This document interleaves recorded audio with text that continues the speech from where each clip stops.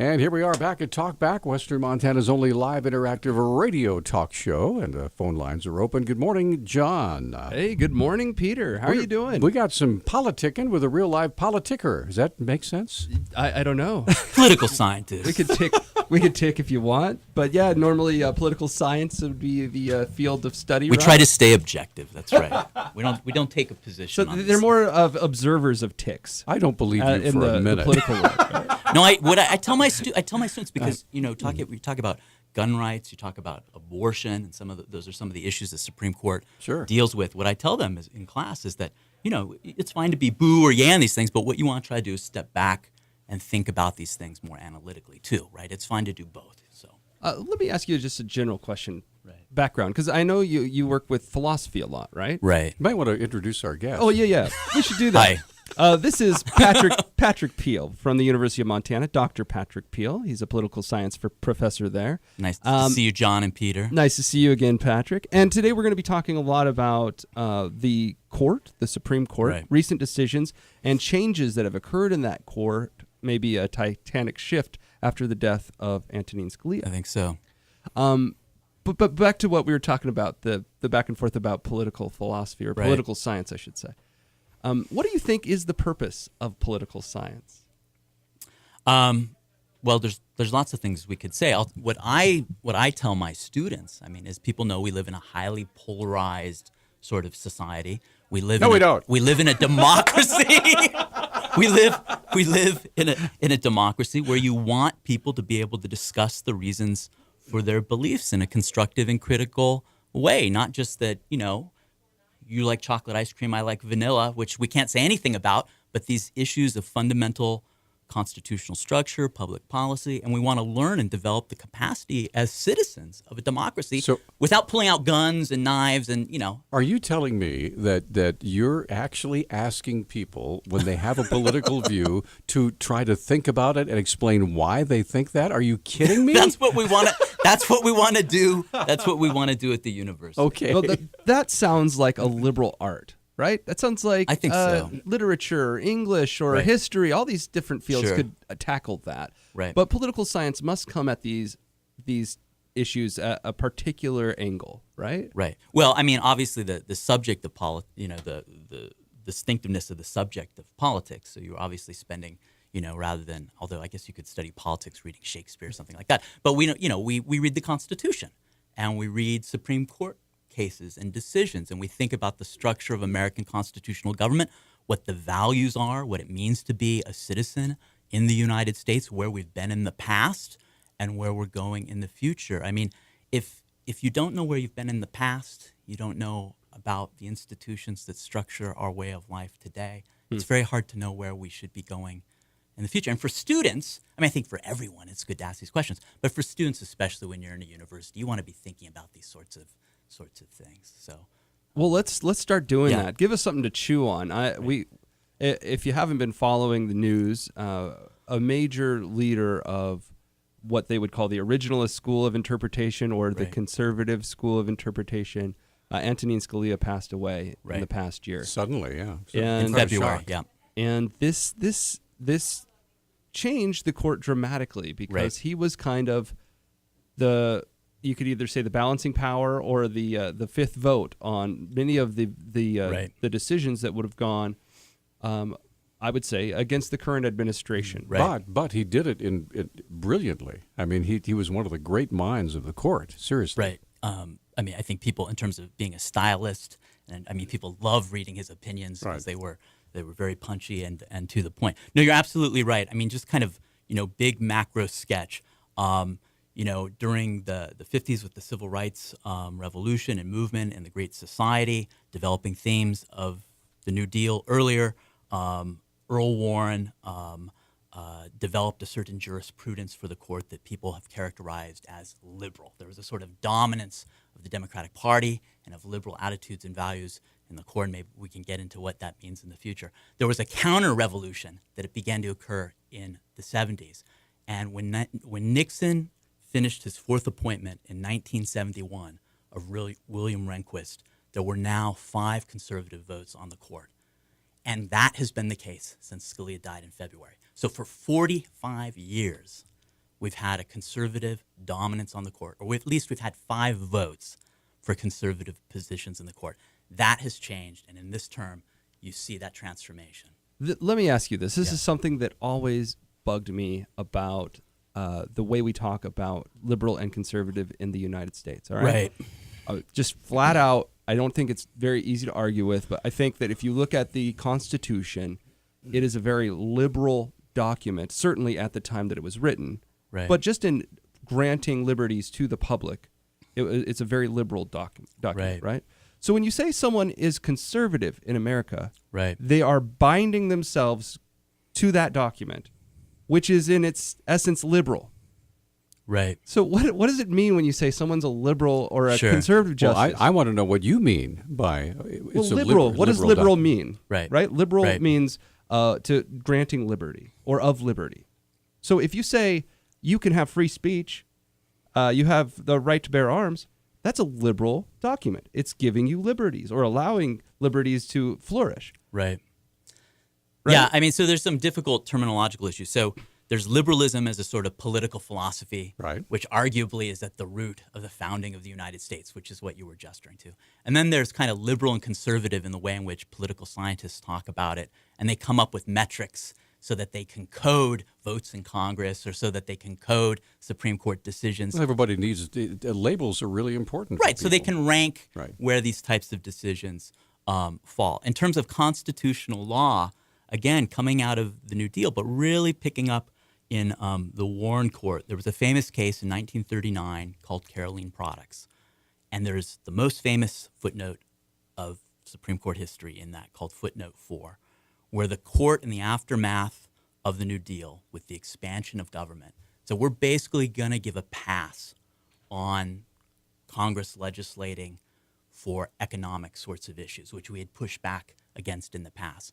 However, in the footnote, it said we may reserve the right to apply heightened standards of judicial scrutiny when it comes to issues of discrete and insular minorities and the protection of the Bill of Rights. That little footnote in 1939 then became the basis for the expansion of the Warren Court's jurisprudence in the 50s with Brown v. Board of Education and the 60s. So that was a sort of model. In that model, however, there were some strange things that conservatives pointed to. What about the Second Amendment? There's no constitutional protection for that. You guys are willing to protect the rights of discrete and insular minorities. You want to build up the First Amendment, etc. But the Second Amendment's not going to apply. Why? Right? Or how do you read the Equal Protection Clause in the 14th Amendment? Should we embrace affirmative action, or should we say, forget about affirmative action because it violates the Equal Protection Clause, i.e. you shouldn't take race into account when making decisions about should the court pick winners and losers, basically? Should the court, and how does the court do that? So when we talk about liberal and conservative, to some extent, we're talking about how the Constitution is interpreted and what rights are given heightened scrutiny and which rights aren't, et cetera. It seems to me that in American jurisprudence, the Warren Court redefined the term liberal. I think before that court, you have different meanings for these words. And now liberal becomes let the judges decide what they will.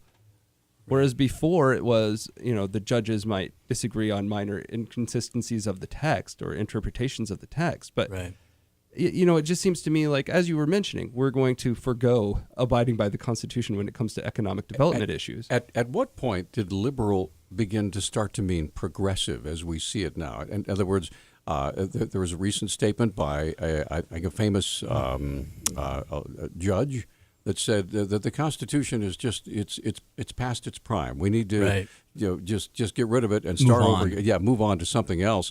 And of course, absolutely freaked a whole lot of people out. Well, you can't do that. That's the founding document of our republic. So as a political scientist, when you hear that sort of thing, what do you think?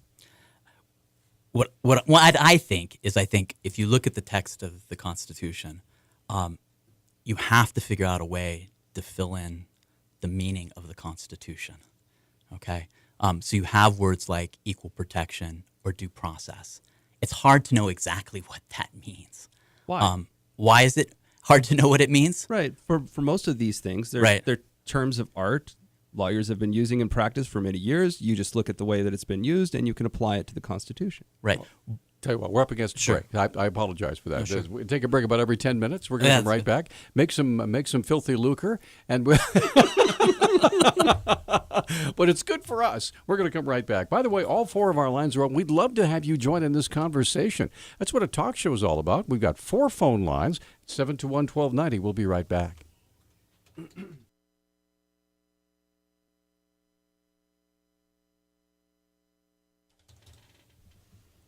Hey, welcome. We are on Talkback. 721-1290 is our number. Dr. Patrick Peel joining us here in the studio from the Political Science Department at the University of Montana. And we have calls already. That's right. Let's get them on. Jump right in here and say good morning to Catherine. Hi, Catherine. Good morning. I wanted to throw this out here. You were talking about the Warren Court, and it seemed like they challenged or redefined the language and the meaning of the Constitution, especially certain clauses. There's kind of this war of philosophy going on, globalist elite versus nationalist common man, or another way of putting it is self-ownership versus ownership by the larger community, or individualism versus communitarianism or group identity. And I was thinking about the whole chopping and dicing people up into groups and then treating the groups as a whole as opposed to individuals. And one of the examples that I came up with is there's most recently USDA is putting in special subsidies for rural lesbian farmers as opposed to everyone else. Okay. Rural lesbian farmers? Yeah. Wow. Yeah. So membership in a group identity becomes the overriding definition or concern rather than the individual themselves. Thought I'd throw that out. What do you think? I think that's a debate that people have in political philosophy, and it has repercussions in the area of constitutional law. So, for example, I mean, this last term there was an affirmative action decision saying that race was a permissible factor to be evaluated in public university admissions. Is that the Texas Fisher case that's or something right. like that? Yeah. Again, and there's been huge debates on affirmative action. Again, this is one of those cases that Scalia would have come down differently on. So is she right, though, in her interpretation just on the history that the Warren Court sparked this? Right. I think it can be traced back to the Warren Court. I think that's right.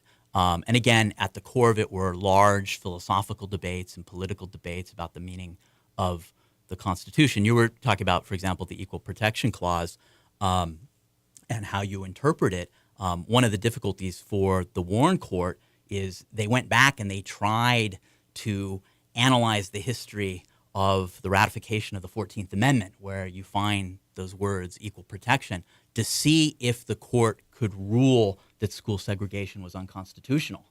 Try to find any concrete. Did the people that framed this thing assume, was there any possibility of ruling out school segregation? They could not. But even that process alone, right, searching for what you want, right? If a statistician is doing that or any other artist is doing that, you would say they're not really being true to the field. They're just trying to follow what they want. Right. No, I mean, I think there's no doubt. We obviously, when we talk about the Supreme Court is involved in politics. I'm a political scientist. I'm not here to say that they're doing just something called law. A lot of the issues that they deal with in constitutional politics, there are no easy answers. They're at the core of debates about who we are as a country, and there are clashing philosophies and ideas about this. In terms of the court, what you have to have is 5 votes. Right.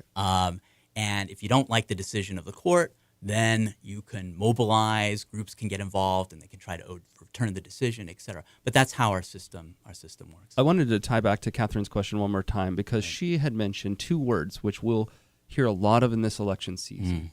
She said globalism versus nationalism, right, and seeded this with the Warren Court. But of course, if you listen to the Trump campaign, this idea of America becoming great again and rebelling against global elites or party elites. Right. This is a constant theme. I agree. Right. Do you trace this division back to the Warren Court or before? Or No, I mean, I wouldn't trace it back to the Warren Court. But what I would say is that part of the conservative counter-revolution, the attempt to stem the tide of the Warren Court's jurisprudence, or to use it as a campaign issue to mobilize people against what the Warren. I mean, you can look at it from a couple different ways. One of the themes of that was, hey, there's a bunch of elites who aren't elected, 9 unelected people, telling we the people how we have to run things. And so there was a certain attack on elitism, that these people supposedly know better than we do. But the ones who chose them were elected. Right. And So, people did say things like that. So we're up against another break. Sure. I apologize. We went too long in the first segment. So, Marilyn, hang on. I want to give you plenty of time to make your point, and we're going to come right back. We have 3 other lines open. Dr. Patrick Peel joining us here in studio. We're talking political science, what we love around here on this show. We'll be right back.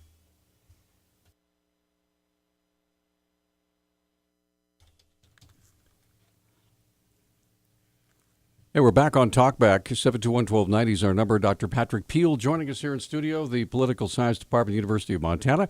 Okay, Marilyn, go. What's on your mind? Okay, good morning. Twice the good professor mentioned that we are a democracy, and thankfully Peter said we are a republic. So I'm curious if I think that's a problem. Is that taught, Professor, in your class, that we are a democracy? That we are. Oh, well, what? Yeah. What do you do? Do you teach that we're a democracy and not a republic? And do you teach what socialism is? And do you ever teach the concept of virtue and how it pertains to liberty? Okay, thanks, Marilyn. So, what do you think? Hi, Marilyn. Well, I teach a class, or I have taught a class on American political thought, and so I do teach about what the word republic means, res publica in Latin. It means the public thing, and virtue, you're absolutely right, was critical to republicanism. Still is. And still is. And there have been movements to try to get people to think of American politics in these terms. I sort of use them. I mean, there are distinctions to be made. You are absolutely right. And I wouldn't doubt that. But I sort of use them interchangeably. Do you consider Republican forms of government in a Venn diagram a subset of democratic forms of government? Or do you consider them separate types of governance altogether? Well, republicanism is a philosophy. I'm sorry, I meant a republic. Right. I mean, that's an older form of language that people use to talk about self-governing societies in contrast to monarchy, where you had one single ruler running things, and they puzzled. It was Rex Lex, right? Right, and they puzzled on how could you get a collective group of people to govern themselves. And if you think about your own life, if you have one person in charge, it's very easy for the group to make decisions because one person tells you the way things have to be. Mm-hmm. But if you have a group, how do you go about doing that? So these writers puzzled on that. Ultimately, the word democracy came to be the term that we use, but originally it wasn't the term for this type of self-governing society. Tell you what, we are up against our actually, we have 1 minute left, and should we put Dave on? Yeah. Dave, you got exactly a minute left. So if you have a question, let's put it out there, and then we'll have an answer when we come back, okay? Well, the question is about freedom and safety. They seem to be in constant conflict on many levels. I'd like them to talk about that, maybe. So freedom and safety, right. So, or freedom and security, basically. Right. As far as free speech and guns and the whole level of things. Yes, that's what Franklin said, right? You shoot for both and you get neither, right? Right. Yeah. Okay. All right. Well, we will talk about that when we come back. Thanks, Dave. Yeah. Appreciate it. And by the way, we'll have all 4 lines open. We have another hour to talk about this. 721-1290 is our number, 1-800-568-5309. You can also, as you often do, make your comments on our Facebook page. We'll be happy to share that with Dr. Peel. And again, another hour of conversation coming up. So we hope you'll stay with us. Okay, we are back. Dr. Patrick Peel joining us here in studio. And Dave asked a question before we ran out of time at the last hour about freedom versus safety or security. So in your view as a political scientist, where are we on that? Well, that's one of the perennial sorts of debates. How do you weigh these sorts of things? And we have a whole series of new areas that people are concerned with, issues of privacy, technology, terrorism. One of the things, oftentimes, when people think of freedom in the Constitution, they think of the Bill of Rights. But what they don't think of is the structure of the Constitution, too, right? Article 1, right, Congress, Article 2, and Article 3, and the way they work, and getting our democracy to function, getting Congress to operate, and getting it to operate in relationship to the presidency. Marilyn's going to call you back with that democracy comment. Terribly important. Watch it. Terribly important to promote freedom and safety together. Yeah. And do you feel that we have struck the balance in modern America, or are we leaning one side to the other? Well, Congress doesn't seem to be working very well, and we have a great deal of presidential power in the modern period of time. And so I think people will continue to debate, especially if the Republicans continue to control Congress. We'll see them. I mean, it's an interesting feature. Modern Republican Party ideology with Nixon and then the rise of Reagan was to focus on developing the power of the presidency because the Democrats controlled Congress. And so they wanted to develop that place as a site of power for the Republican Party. That has flipped now that we've had so many Democratic presidents. And so it's interesting, for example, you see Republicans in Congress beginning to talk about the constitutional prerogatives of Congress. But I think on the whole, it's good for the political parties to not find simply a home in the executive branch, not simply find a home in Congress. What I believe there was a recent survey that said among political scholars that the best administration is one that's mixed. That is, right. That is a divided. Like there's a Republican president and a Democratic Congress, or a Democratic president and a Republican Congress, and in that they tend to somehow, in our own brutal, weird way, right. Manage to get things so that nobody's really happy, but nobody's really terribly unhappy. Right. Does that make sense? I think so. I mean, back to what Marilyn was saying about a republic, one of the key ideas for them was to have a balanced constitution. You would have different competing parts balancing one another, and it would be that dynamic equilibrium of the system that would be important for protecting liberty and self-government. But in our era of extreme polarization, it seems to be very difficult when one party controls Congress and another controls the presidency for the two parties to work together. Well, they end up, it seems to me, hashing out their battles in the courts. Right. I think that's right. I think this recent immigration decision is a great example of that. Right. Yeah. The president says, hey, it's totally legal. We're going with it. Right. Lower court says, can't get no, anything done in Congress. Not legal. Right. Then it goes to the Supreme Court. They're tied, so it goes back to the lower court's decision, and President Obama is wrong, apparently, at least in practice, of it being completely legal. So he's asking that he just asked the Supreme Court to rehear that when the court has a 9-person body. So we'll see if the court decides to do that. Well, and now what do you think of this whole one of the whenever I get robocalls, and I get a lot of them, one of the chief issues they bring up is not terrorism, it's not immigration, it's whoever's the next president may, again, this is a big may be appointing anywhere from 2 to 3 Supreme Court justices. So probably 3. Which direction do you want your country to go? Do you want it to maintain down the originalist style that Mr. Scalia was, or do you want to have the court packed with liberals that will get rid of the Second Amendment, all this kind of stuff? So they're using that as a major campaign theme. Well, I mean, this ties into what John was saying. I mean, in this era of polarization where the presidency and Congress can't seem to work together, what has happened is much of our politics has been pushed into the federal courts and the Supreme Court. So that becomes the center where these issues are hashed out. But again, do citizens directly have much say in how that works? No, you have elite litigators deciding these fundamental issues for the citizens at large. So it's good to have a Supreme Court. Constitution's important, but we need the branches of government to be operating to protect our liberties also. So we like to think of the Supreme Court as being the Supreme Court of the land, the one with the most power, right? And in many ways it is. Right. But in many ways also, the Ninth Circuit Supreme Court is the most powerful. It represents more of us. And if the Supreme Court itself is split 4-4, more of its decisions will stand. Right.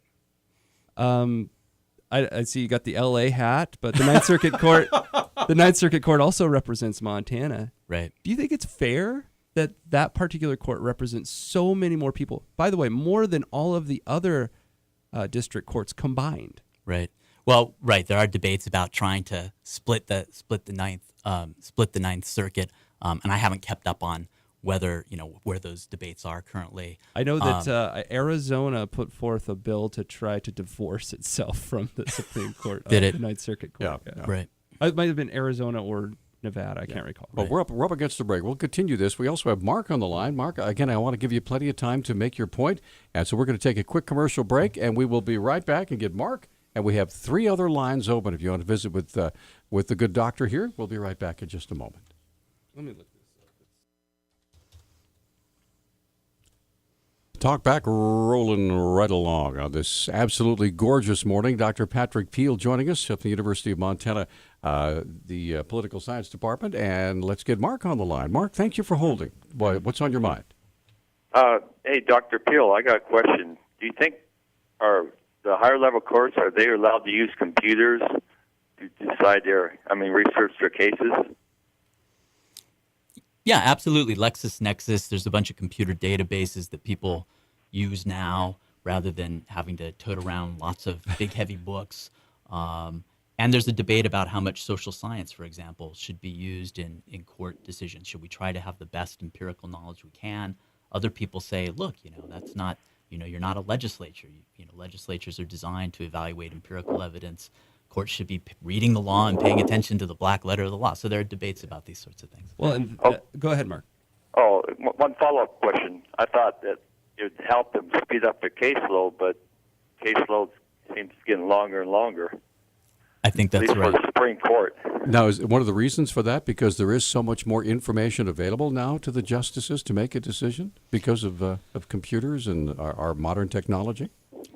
I don't think so. I mean, the court is largely in control of its docket now. It takes about 80 cases. It takes about 80 cases a year, and it's reduced the sort of standing requirements. There used to be, and there still are, formal requirements that have to be met for a case to go to the Supreme Court. But the court has managed over the years to weaken those to a degree that basically, if you have enough votes on the court to accept the case, then the court's going to hear the case. Thanks for your call, Mark. Then one more question. Okay. Okay. Now, the use of computers and the databases for it, does that allow, because most people I know I'm retired myself, most people I know in the mid-70s, they're retired by the early 70s. So the justices, their use of the computer allows them to stay on the bench longer. That way they don't have to think as much. I don't know. Thanks for the call. What do you think? They have clerks. Yeah. Clerks that graduate from, big schools, and it's a big plum if someone can get a clerkship with a Supreme Court justice. So they have kind of a army of people that help them do these things. All right, we were talking about Scalia earlier, and we have a question from Tim on Facebook. He says, Professor Peel, Justice Scalia died under very suspicious circumstances, right? Question mark. Hidden resort, sketchy people, globalists, possible prostitutes, no autopsy, no toxicology. Right. Why no hearings? Right. I think I have the National Enquirer that has that on the cover. I haven't followed that kind of line of thinking about Scalia's. Here's the thing, but he's still dead. He's still dead. When it comes to the conspiracy theories surrounding, there were some weird stuff, right? It was a sudden death. Every time there's a sudden death, people will ask questions, probably appropriately so. However, this guy has a huge family, lots of family members, very close to them. They all cherished him. If there was some kind of conspiracy, they would have stepped forward, I think, pretty quickly to point fingers. Right. And there was nothing like that. Right. So those that knew the most information, that were closest to the heartache, are distant from this conspiracy line. And I think that's the thing that leads me away from it as well. But kind of in the background of that conspiracy idea, is the realization that the passing of Scalia is a major turning point in the history of the Supreme Court. And we'll have 3 other justices who will be over 79 in 2017. That's, the average age at which justices retire. We'll have Ginsburg, Kennedy, and Breyer. Those justices, their votes, you could imagine a more liberal justice than Kennedy, perhaps, but the replacement of Scalia by a Democratic president, that will completely reshape the court, and that's why there's so much contention over the Merrick Garland nomination, for example. Yeah, and that's why that's one of the reasons why they simply will not. Ginsburg on I one. had Ginsburg on the line on my head. That'd be awesome if we had Ginsburg. Wow. No, we have Tyler instead. Okay, I was going to say Tyler. Wow. Well, perhaps even more erudite than Ginsburg. Didn't know you'd have an opportunity to talk to our friend Justice Tyler. Ginsburg, did you? Hi, Tyler. How you doing, man? Hi, guys. What's up? So I saw a meme the other day on Facebook. I thought I'd call in and talk about because of the current conversation. It was a picture of the FBI director who was testifying in front of Congress, and he said, "I would have recommended charges, but I was afraid I would commit suicide." Ooh. So when it comes down to this Supreme Court justice who died, and it comes down to his family coming forward and talking, I think they're probably a little on that, leaning on that side. If they came forward and said, something smells a little funny, they might be committing suicide in the near future. So that's probably why. I mean, this would have to be like some mass killings. I think Justice Scalia had at least 9 children or something. Isn't it a high number? I think he had a big family. Yeah. I don't put it in front of this government to take that. Okay, Tyler. Thanks. Thanks, buddy. Appreciate the call. 721-1290 is our number. 1-800-568-5309. I did want to talk to you. So we were talking about divided courts, political courts. Not too long ago, Justice Ginsburg, which is why I wrote the name on Tyler's card, because I wanted to ask this question. Right. She got in a little bit of trouble and then later apologized for, basically denouncing Trump, denouncing a presidential candidate in the middle of an election season. And I wanted to get your take on that. Is this unprecedented? Has this happened before, or is it pretty common with Supreme Court justices in the past? It's not common. I would have to go back and I'm sure I can dig up something somewhere. But what I would say is, the New York Times afterwards came out in an editorial saying that was a mistake. And of course, the New York Times loves Ginsburg, but they thought that was a mistake to come out and criticize Trump. But for many of us out there that we're always skeptical that the court is very much impartial, an arm of the executive branch. Right. This just kind of took the mask off of it for us. Right. And by the way, if I'm not revealing myself enough here, I feel that at least Justice Ginsburg, most of her decisions, it seems to me, are guided by political whims rather than constitutional interpretation. Well, what's the role of politics in the court? The court obviously is political on multiple levels. People have their own views and attitudes. The court, of course, is a multi-bench court, so you have to jockey for position with other justices, and oftentimes I'll have students who will read cases and say, this doesn't make any sense. Well, it's not written by one person. It's written by a group, and the group has conflicting views. So it's group speak. Right, and that's that's politics. I mean, they have to... Well, just look at the way Supreme Court justices are chosen. Right, I mean, that's the president looks and he finds he picks a plum or whatever out of this is the person I want, and then they take sides, and then they begin all these, here's what I'm going to decide on, and here's what I'm going to decide on, and then never the twain shall meet. Right. They're appointed for life. And now, do you agree with that?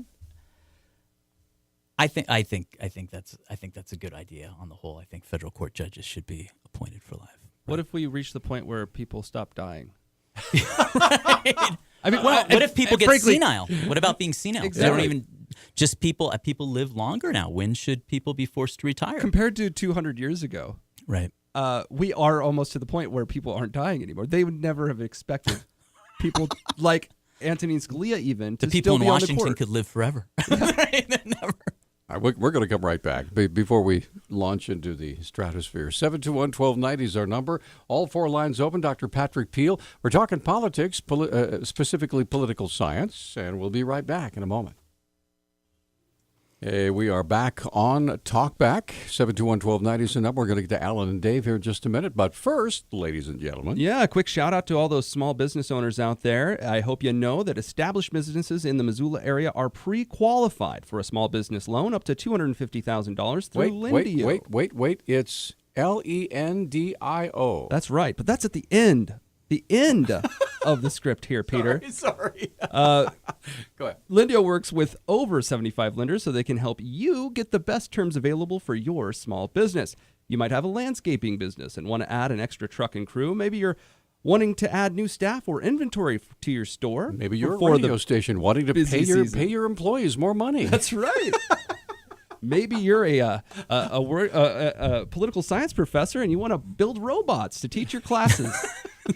Perhaps you just landed that new client, but now you need the capital to gear up so you can complete that order. By getting the extra cash, Lindio can help your business grow. Lindio is trusted by thousands of businesses just like yours. If you've been in business for at least 6 months and have established revenue, go to Lindio.com to get better loan options for your business. That's Lendio.com. Or call 1-800-859-LEND. Or just visit Lendio.com today. Super duty. All right, great. So let's get back to the phones and say good morning to our friend Alan. Hi, Alan. Yeah, good morning, Dr. Keel. Hi, Alan. I have a couple of statements by Thomas Paine in reference to constitutions, and I want to see how, as a political scientist, you view these. First one, a constitution defines and limits the power of the government it creates. It therefore follows, as a natural and also a logical result, that the governmental exercise of any power not authorized by the Constitution is an assumed power and therefore illegal. The second, a constitution is not the act of a government, but of a people constituting a government, and a government without a constitution is a power without a right. How do you feel about those two philosophies? I completely agree with them. I love Paine. Paine was one of the most influential, as you know, writers during the Revolutionary period, and people still read him, of course, but he's kind of fallen out of kind of the founders' canon, but he had some very important things to say on constitutions, and he helped define the American idea of a constitution, which was very different than the British idea. For the British, the government, Parliament, and the king had absolute power. That was what government was. It was constituted, and we use that word constituted sometimes to talk about a form. But what Paine was saying is that, look, you have to draw a distinction between government and the Constitution, which is to be the instrument of the people, which places limits on government, so that the people, who are the principals, need to always be able to police their own agents. And the Constitution should be designed to Have we sort of lost that philosophy today, though, in government? That's a good question. I mean, I think it's still out there. It's obviously out in the culture. It's part of our founding document. The preamble, the beautiful preamble of the Constitution, we the people, but how we realize what it means to have this perfect union. This union and this destiny together is something difficult. All right. Thanks, Alan. You bet. Appreciate the call, sir. All right. So let's go ahead. No, I'm good. Let's take another call. Dave, you're back. Yeah, about Thomas Paine. I'm not an expert on him, but since we're talking about him, he said a lot of revolutionary type things, rebellion and what have you. If he was to talk like that today, I'm wondering if some of the politicians might want someone following him to make sure that he isn't a terrorist. Yeah, was he the Trump of his time? He might have. No, I think he might have been, one of the terrorist type person. I'd say Trump might be looking for him. He was a rebel. I think you've got a little bit of a higher bar to say terror, right? When you have a country at war with another country, it's not like Thomas Paine was writing out beheading children. Okay. Right, but if you speak some of that language, it's pretty radical. Yeah. Yeah, it's pretty radical, and government might be wanting to watch you close. Right. But as far as the Supreme Court Justices, Scalia, I think he also crossed the line a couple times when he went on vacation with Vice President Dick Cheney, and I think that was a mistake too. Okay. Thank you. Thanks for the call, Dave. Appreciate that. So, any other comments before we move along to our next caller here? Okay. And we have another Dave. Oh, Dave. Hello, Dave. Hello. Hello, Dave. You're on Talkback with Dr. Peel. Go ahead. Yes, I've got a question. My understanding of the Constitution was that certain powers were given to the states, and certain powers were given to the federal government. It seems to me that the powers of the states are being ceded to the federal government. We're seeing more and more of the federal government getting into our affairs that could very well be handled maybe more expeditiously and maybe with more input from the people in general. If the federal government wasn't taking so much of the power of the states away. How do you feel about that? Okay, thanks for your call. So go ahead. Dave raises an interesting point that's related to a point Peter and John were talking about earlier, which is, what are the what specific aspects of the Constitution are protected and policed by the Supreme Court? Coming out of the New Deal, the argument was that, look, the rights of states, federalism concerns, there's a constitutional value there, absolutely, but that's not something that the Supreme Court is going to police. It's not going to exercise heightened judicial scrutiny with regards to the rights of states. And people said the reason for that is because the political branches, Congress, the Senate, are going to protect the rights of states. The conservative counter-revolution in the 70s began to say, hey, wait a second, that's ridiculous. Why are only certain types of constitutional values going to be protected, but not property, not federalism concerns, not the Second Amendment? Those should be protected with heightened judicial scrutiny, too, to be coherent. So there was a concerted effort to begin to have the court articulate federalism values in a series of decisions, and those have continued, and there's a great deal of debate about the extent to which the court will police those. Of course, when the court changes with a new justice, with Scalia's passing, federalism concerns are, going to fall into the background.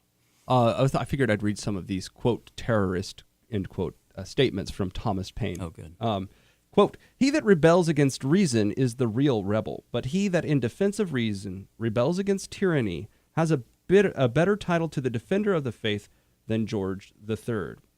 Arms discourage, this is another quote, and keep the invader and plunderer in awe, and preserve order in the world as well as property. Horrid mischief would ensue were the law-abiding deprived of the use of them. Let's see, here's another one. Okay, here we go. When men yield up the privilege of thinking, the last shadow of liberty quits the horizon. 'Tis the business of little minds to shrink, but he whose heart is firm and whose conscience approves his conduct will pursue his principles unto death. Yea, verily. We have it in our power to begin the world over again. Wow. And guess what? He was right. Oh, we're going to come right back. 721-1290 is our number, and we have all four of our lines open. Dr. Patrick Peel joining us for talking political science and philosophy, and we'd love to hear from you. Hey, we're back. This is Talk Back, and we're talking political science. Dr. Patrick Peel. Go ahead, John. Yeah, well, we have a call, but I wanted to bring something to the table because one of the topics for the discussion today was recent Supreme Court decisions. Right. And nothing is more pleasant to listen to than people discuss abortion law. So I thought I'd give some flowers for the airwaves here. So Texas had a abortion law that would require the abortion clinics to be, I think, within 30 miles and to have immediate emergency surgery access for their clinicians in these practices. Mm-hmm. And the Supreme Court struck it down. And the reason I'm bringing up this case is it seems to me evidence of the Supreme Court taking legislative power under its arm, basically stealing benches out of the legislature and putting them in the Supreme Court to grant the Supreme Court itself more power, which I find fearsome. And the way they did this, it seems to me in this case, is they carved out what it seems to me is a legislative decision. They based a lot of their argument for why abortion law, the Texas abortion law shouldn't exist, on the reason that the law itself didn't achieve its own ends and that it didn't help the welfare of women. It didn't protect the health of women. Enough. Well, yeah. And so they are making this now a legislative decision based on a state law, and it doesn't seem to me they should have had the power to do that, and they've granted themselves new powers to interpret more state laws through this process, which I don't know. Do you take this the way that I do, that the Supreme Court is now more powerful than it was before this decision? No, I don't think it's more powerful than it was before. I mean, we were talking a little bit before, this area of heightened judicial scrutiny, which again, going back to the Caroline Products case from 1939, when the court employs this, it tries to see whether the legislative branch has violated a constitutional end. So is there some sort of constitutional violation? And then it says, have the means that the legislative branch has articulated to achieve its legislative end, do those fit appropriately? And it looks at both the ends and the means of the legislative, the piece of law. This, of course, though, poses a problem, which has been famously called the counter-majoritarian difficulty, which is who are these unelected judges making these decisions for we the people? There's an elected, you can throw bums out of office if you don't like what they decide, and that's the proper remedy. But there is this class of heightened scrutiny that the court exercises. And in this case that you mentioned, the whole women's health clinic, the Hellerstadt, the court has articulated that standard and fleshed out an earlier standard that it articulated in 1992 from KCV Parenthood, the undue burden standard. So you don't think that they've expanded power? I think that maybe not in theory, but certainly in practice, this same decision would not have happened 7 months ago. So I think Kennedy's vote in the case is important. If you read Thomas's dissenting opinion, Thomas gestures back again to this Caroline Products case saying, look, this is the height of legal liberalism of the court articulating, these sorts of making decisions for the rest of us. And you kind of hear this kind of lament that this is where we're at with the Constitution, and a lament now that with the passing of Scalia, looks like where the court's going to be. But what I will say is that the court has exercised heightened scrutiny before. Conservatives after Roe v. Wade had hoped with the conservative counter-revolution that they were going to be able to overturn Roe v. Wade. In the Casey decision from 92, they thought they had the votes. They didn't have the votes. But the court articulated a very wishy-washy standard. And with this case, what you see is the court saying, no, we know exactly what we're talking about with regards to undue burden, and we're going to police these issues. So it is a major transformation in these constitutional and political debates about the nature of a woman's right to choose and abortion. So you disagree with me that the court has more power now, but would you agree with me that the court, maybe even prior to now, has taken power from the legislature? Right. I mean, I think that's Justice Thomas's point of view. The point of view is that I'm asking if it's your point of view. Right. So I mean, I don't take a stand on abortion's good or bad. No, I'm not asking that. Should people own guns or not? I'm not asking that. I'm asking if you feel that the Supreme Court, as an entity of governance in America, I think there's has no taken legislative power, not necessarily on the particular issue. I don't know if I'd say that it's taken legislative power, but what I would. How can you not say that? What I would, well, I mean, what does that mean? Does that mean that the court makes public policy decisions? Of course, the court makes public policy decisions. Okay, then. So you agree with me? Okay, so I agree with you. Okay. The court's decisions are public policy decisions. Mission accomplished, John. Okay, we're going to take a break. Mark, our caller, we're going to get you guys on in just a minute. We have 3 lines open: 721-1290. We'll be right back. All right, Talkback continues. We're talking with Dr. Patrick Peel, University of Montana Political Science Department. Let's get right to the phones. Mark, first of all, thank you for holding. What's on your mind? Hello, gentlemen. Is there a way to increase our voter turnout and get rid of this voter apathy for the elections? Okay. Well, so Dr. Peel, what do you think? Is there a way to address voter apathy? I don't know about voter apathy in particular. Or do you care? What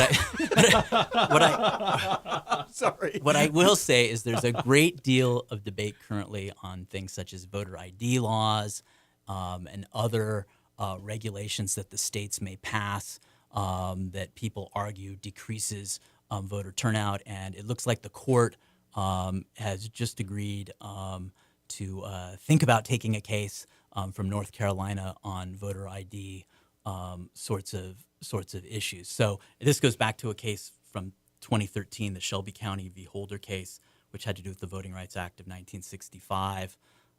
You probably remember there was all this debate about this pre-clearance formula, and the court said, look, we're going to strike out this section of the Voting Rights Act, which required specific states to get clearance and permission from the federal government to change various aspects of voting law. And the court said, look, that formula is based on such old data. It's okay, doing what you're doing is fine, but you have to update the formula. And there was a lot of debate and argument about this. And then people argued that in the aftermath of Shelby County v. Holder, there have been a whole series of new laws passed by states in the attempt under the pretext to try to discourage people from getting out to vote who might benefit Democratic candidates. So this is going to continue to be part of the constitutional and political debate. Okay, let's get Emmett on the line. Good morning, Emmett. Oh, thanks for taking my call. Well, to open up another can of worms, anyway, everyone probably who listens to the radio show knows I love Donald Trump, and I think he's very constitutional. But a lot of people have said that he is proposing completely unconstitutional things, such as deporting illegal immigration, building a wall, and, of course, a religious litmus test on Muslims and others trying to enter the country to prevent terror attacks. I don't believe these are unconstitutional. There's a lot of stuff that the Supreme Court has proposed that is very unconstitutional, that goes way beyond the scope of the powers, such as the Gay Marriage Act we had last year. But what does the professor think of Donald Trump? Does he think that it's constitutional to deport illegal immigrants who shouldn't be here in the first place, or does he think that do you think that Donald Trump is completely unconstitutional and is a menace to our society? Second point, I think the Supreme Court can't just make public policy. It can, but it has to be constitutional. Again, the whole redefining of Marriage Act, where that completely, I think, is completely unconstitutional as far as the narrow confines of the Constitution. I have a question for you, Emmett. Certainly. Do you think the First Amendment, the freedom of speech, freedom of the press, yes. Do you think that would and should protect people to write whatever they want, even if it's not necessarily true? So the right to what?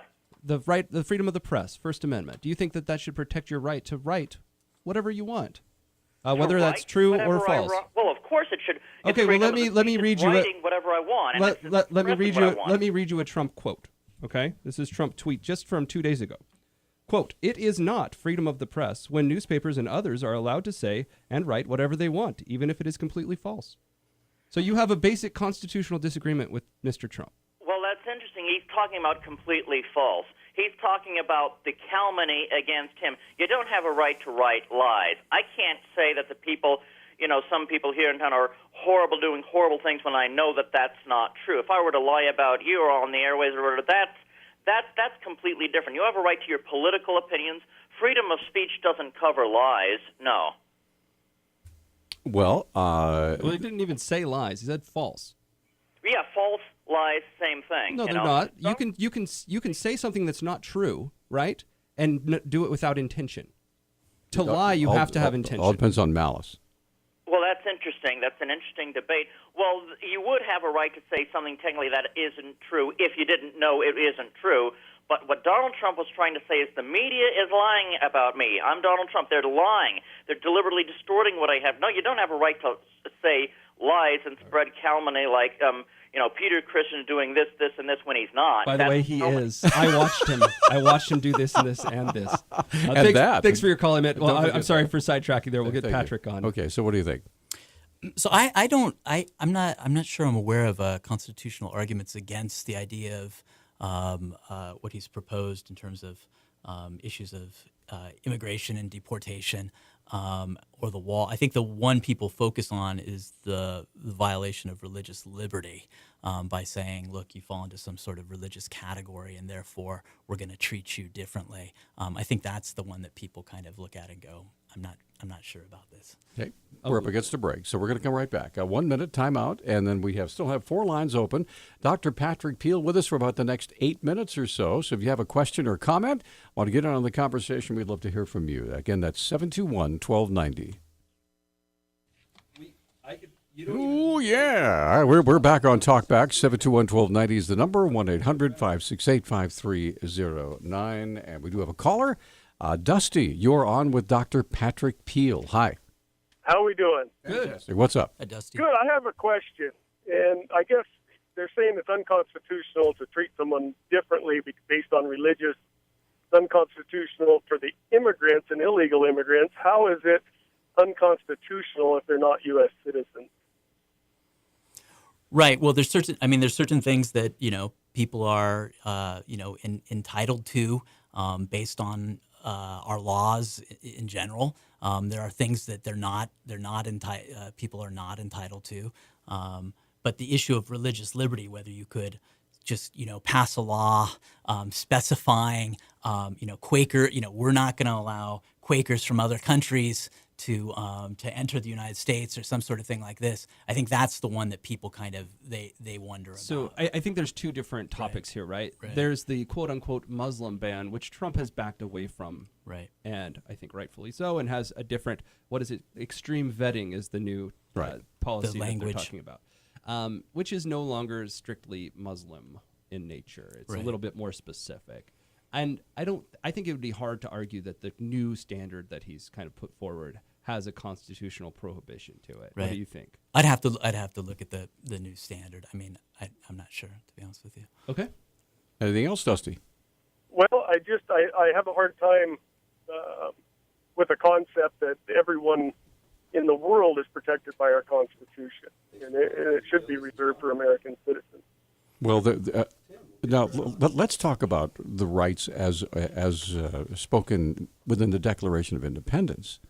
That many of these rights are God-given, and so doesn't that apply whether you're an American citizen or not? If you're on our soil, are you not allowed to have these rights simply because of the fact that you're a human being? Right. Right. So there's kind of this natural law sort of idea in the Declaration of Independence.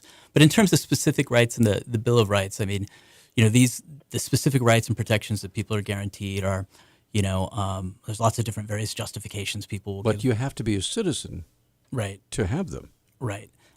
So it depends on the specific jurisprudence that's been developed around the specific issues with regards to specific provisions of the Bill of Rights. Okay. All right.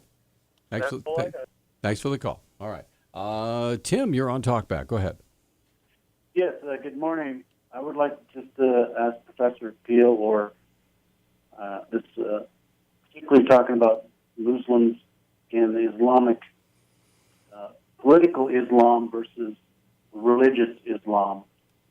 We want to always talk about Islam or Muslims, but we've got to understand political force behind them and what they want to use politically, and we seem to always stray off to religious liberties. Well, it's actually politically they're trying to change and make things happen. Okay. Thanks for the call. So, does any question there? Or? No, none. Okay. All right. So, well, his point, right, is that this nature of ISIS, right, is a political state that has also adopted to itself this religion of Islam and is calling itself True Islam, basically, right? And so at this point, you're not dealing with just a religion, you're dealing with a national government that opposes you, or an attempted national government that opposes you. And where's the line when you draw? A law professor at Harvard, Cass Sustein, he was floating the idea that perhaps, we should change protections with regards to the First Amendment because, terrorists use the internet to recruit people. And so what can you say? Is that all just protected free speech, or back to the safety issue we were talking about, freedom versus safety? Or do we have to say, look, certain types of speech on the internet is going to be cut off? Well, if you want to talk about the third rail, let's talk about censoring the internet. Right. So then you get into porn and all sorts of stuff. So let's get John on the line. Good morning, John. We have exactly 3 minutes. Go.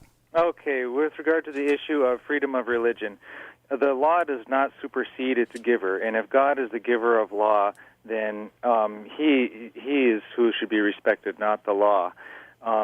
For example, when those people were trying to get in with Israel, whom God forbade to be in with Israel, they were allowed to stay for that God not be mocked. Oh, you're talking about the Old Testament? I am. Okay. And the way it applies today is that we owe a human obligation out of respect to God, because it's to respect other people, be they of our religion or not, that being the Christian religion, out of God's love, but not to our detriment, that is, to the detriment of our Christian heritage or adherence to our God. So when we accept people into our country who are against our God, that is to our detriment. And if we allow them in here and respect their religion, that is to our detriment. Okay. So, any opinions on that? No. He's shaking his head. Oh, I mean, if you look at the First Amendment, right, that guarantees freedom of religion, whether it's your God or someone else's God. It might be against your particular interpretation of the Old Testament, but it certainly isn't against the interpretation of the U.S. Constitution, which guides this country. Okay, let's get Gregan on the line. Gregan, we have like a minute and a half. Go ahead. Good morning. As far as the Constitution is concerned, the life, liberty, and pursuit of happiness, if anyone... That was a Declaration of Independence, by the way. Right. If anyone is within the continental United States, then they are privileged to the health care. So a individual who has cancer who lives in Germany can come over here and say, hey, I've got cancer, treat me. Okay. Is that correct? I don't know what the specifics regarding the healthcare law is in that regard. But I mean, you're right. I mean, these are issues people debate. To what extent should benefits be extended to people that are in the country who are not citizens? Which begs the issue: is health care, as many say, a right? Is food security a right? Is having a place to live a right? I mean, once you start granting all these things, you begin to change the meaning of that word. Right. So, well, our Bill of Rights thanks for your call. Our Bill of Rights is famous for not including a lot of those. If you read later, ours was written in the 18th century. They have a sort of negative connotation, meaning, they're prohibitions, not completely. That's not fully right. But yeah, we're almost out of time. But if you read, you read the Constitution of North Korea, there are lots of positive rights. Hey, we're out of time. Hey, Patrick, it's been a pleasure. Come back again, would you? Great. Thank you very much. Thank you so much. And thank all of you for your calls. Have a wonderful and relaxing day.